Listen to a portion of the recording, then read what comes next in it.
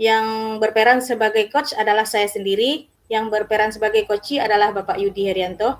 Kasusnya, seorang murid bercerita jika dia merasa diperlakukan tidak adil oleh seorang guru. Guru terpaksa ada yang membuka les privat dan sebagian besar murid di kelas mengikuti les privat tersebut, kecuali ada satu orang murid yang tidak nyaman ketika guru sering menyindir dan tidak mau ikut les privatnya. Bahkan murid tersebut juga merasa nilai yang diberikan pun tidak adil. Para murid yang mengikuti les tersebut mendapatkan nilai yang lebih baik dari murid tersebut. Bagaimana cara Anda menanggapi hal ini? Baiklah, kami akan melaksanakan coaching bersama saya, Mita Uljana, dan juga Bapak Yudi Herianto. Oke, Pak? Iya, oke. Baik, dimulai dari saya, Bu, ya. Iya. Selamat siang, Ibu. Bisakah saya minta waktunya? Saya ingin mengobrol dengan Ibu sebentar. Apa boleh, Bu? Siang, Yudi. Wah, dengan senang hati. Mari sini, Yudi. Apa yang mau diceritakan sama Ibu? Begini, Bu. Belakangan ini saya merasa tidak nyaman dalam suatu pelajaran matematika. Hal tersebut sangat mengganggu pikiran saya. Kira-kira apa yang bisa Ibu bantu? Dan apa yang kamu ingin capai di akhir diskusi kita ini? Saya hanya ingin mendapat solusi dari masalah saya, Bu. Terus ada lagi? Kira-kira saya ingin memperbaiki cara belajar saya, Bu, agar mendapatkan nilai yang optimal dan nyaman ketika belajar. Baiklah, sebelumnya bisa kamu ceritakan hal apa yang membuatmu merasa tidak nyaman dalam mata pelajaran matematika? Saya bingung, Bu. Saya merasa belakangan ini saya diperlakukan tidak adil oleh guru matematika saya, Pak Peggy, dalam hal pemberian nilai ulangan. Apa yang membuatmu merasa tidak adil dari Pak Peggy? Begini, Bu. Pak Peggy mengadakan les privat dan sebagian murid di kelas mengikuti les privat tersebut kecuali saya. Bisa dijelaskan lebih lanjut apa yang membuatmu merasa tidak adil dengan gurumu yang membuat les privat tersebut? Saya merasa bahwa nilai yang diberikan tidak adil. Para murid yang mengikuti les privat tersebut mendapatkan nilai yang lebih baik dari saya. Oh, begitu rupanya. Baik, Ibu mulai memahaminya sekarang. Selain nilai kamu yang dapatkan dari ulangan, hal apa lagi yang membuatmu merasa tidak nyaman?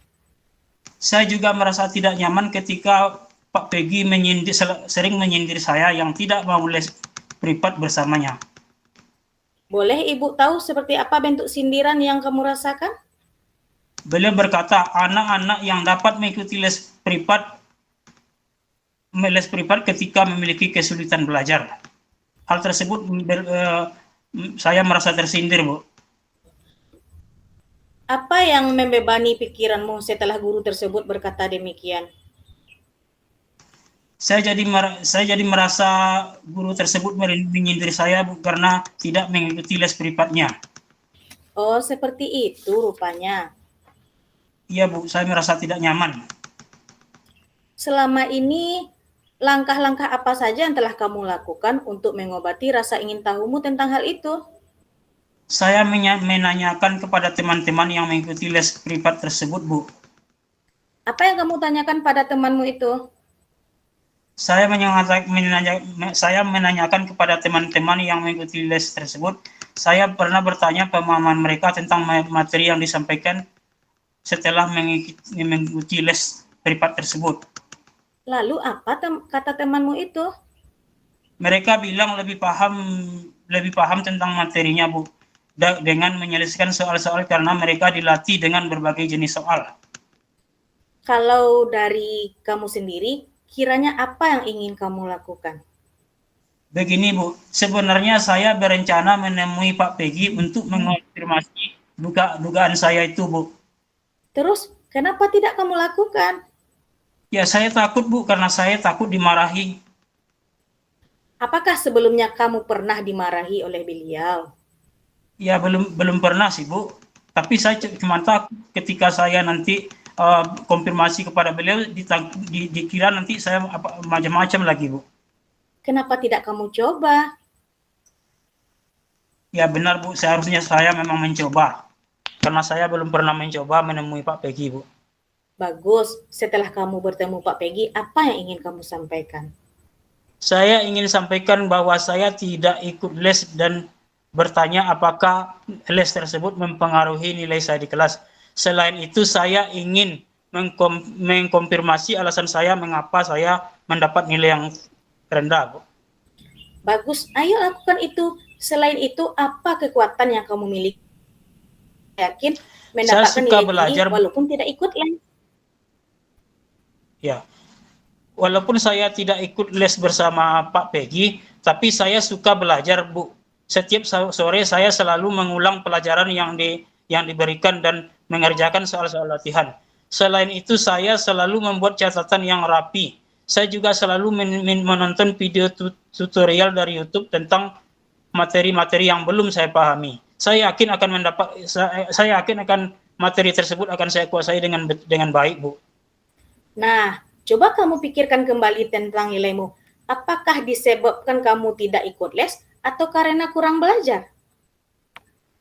Ya, mungkin juga ya, Bu. Menurutmu, apa yang bisa kamu lakukan? Untuk ikut les mungkin saya nggak mungkin, Bu, karena saya tidak memiliki uang yang cukup untuk bayar les. Tapi saya akan minta bantuan Eka, teman saya, Bu. Dia ikut les dan biasanya dia mau menjelaskan materi yang dia peroleh kepada saya yang belum saya pahami, Bu. Oke, jadi apa rencanamu dalam mencapai tujuan itu?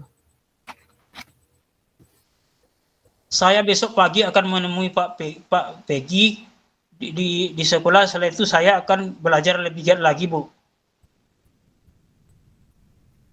Kemudian saya akan meminta bantuan Eka untuk mengingatkan saya dan membantu saya dalam belajar.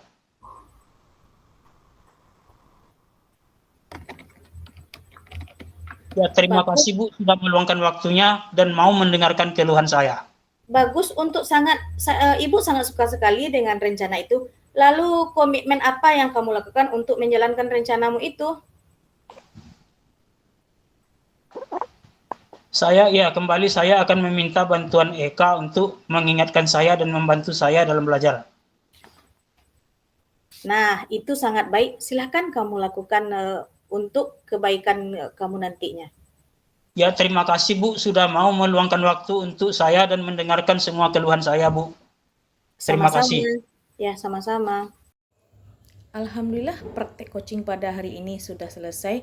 Pada praktek coaching hari ini berjalan dengan nyaman dan santai, yang dengan mempergunakan alur tirta, yaitu ada tujuan, identifikasi, rencana aksi, dan tanggung jawab. Sudah berjalan dengan baik meskipun belum terlihat secara natural. Hal ini karena ini adalah pengalaman pertama saya melakukan coaching. Yang perlu saya tingkatkan yaitu menggali pertanyaan berbobot untuk memaksimalkan potensi yang ada pada diri coach dan mencoba untuk menghilangkan asumsi pribadi yang muncul. Untuk kehadiran penuh untuk sesi coaching, saya berusaha untuk fokus pada coach dengan mendengarkan aktif, bersikap terbuka, dan menunjukkan rasa ingin tahu yang tinggi. Dan hal yang perlu saya tingkatkan adalah selalu berkomitmen untuk terus berlatih teknik coaching seperti keterampilan mengajukan pertanyaan berbobot dengan menonton video-video yang ada di YouTube. Terima kasih. Assalamualaikum warahmatullahi wabarakatuh. Perkenalkan, nama saya Yudi Herianto, CGP Angkatan 10 tahun 2024, Kabupaten Sijunjung.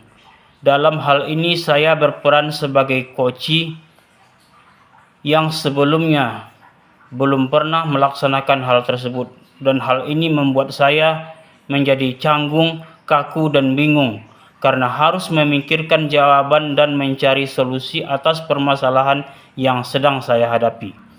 Tapi ketika dihadapi dan dijalani, semuanya berjalan seperti apa adanya dan mengalir begitu saja seperti air yang mengalir tanpa halangan yang berarti.